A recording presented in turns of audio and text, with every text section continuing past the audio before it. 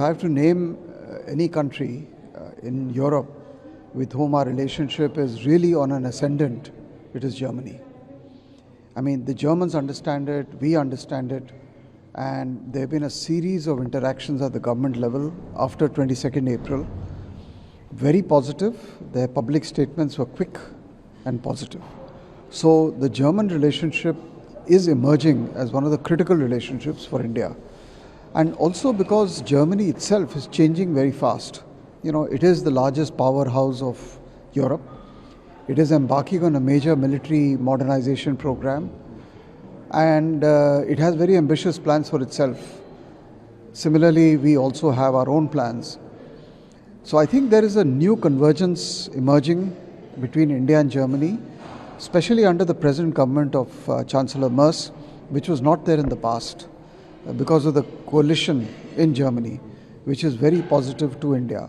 So whether you talk about the condemnation of the incident, or India's right to self-defense, or the right to seek justice, or in general the scourge of terrorism, on all of these the Germans were with us. So I must say that the German position, standalone position as Germany, is very, very positive, forward, in many ways probably more forward-looking than the European Union.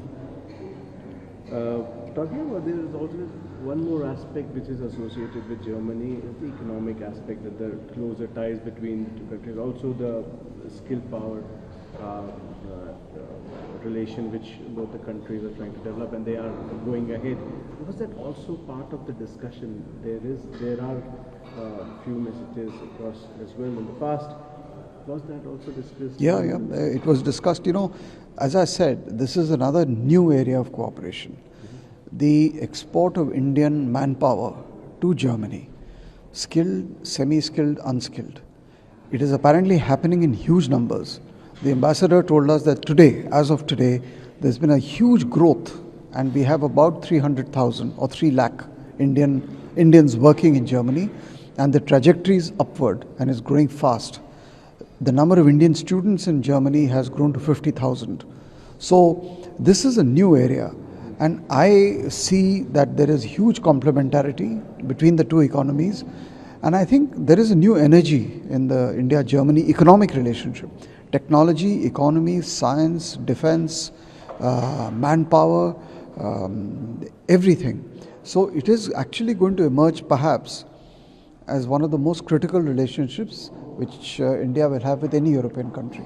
This brings me to the last question. Going forward, as the delegation also presented their message to the German side, what would be the expectation from India, from German, going forward in terms of cross-border terrorism and then collaboration, I suppose, which India would be looking? No, we told the Germans that, look, you know, thank you for the support, which we deeply value and deeply appreciate. Now the question is, where do we go from here? I mean, how do we address the terrorism problem and the Pakistan problem?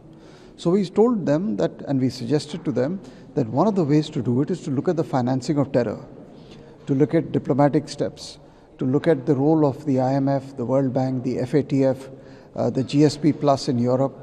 In all of these, Germany has a key role to play. So we said you must have accountability, you must ensure, like you did in the past, that aid to Pakistan is used properly, and so on and so forth. So I think the Germans got the message that what we want from them is a very, very unequivocal and very clear-cut message to Pakistan, particularly the army establishment, which is the ruling establishment, that, you know, terrorism is not going to pay you any dividends. So you need to stop, and you need to come back to the international mainstream. So words is not enough, deeds are important. The days of giving false promises are over. What you need to see from Pakistan is actual action against terror groups.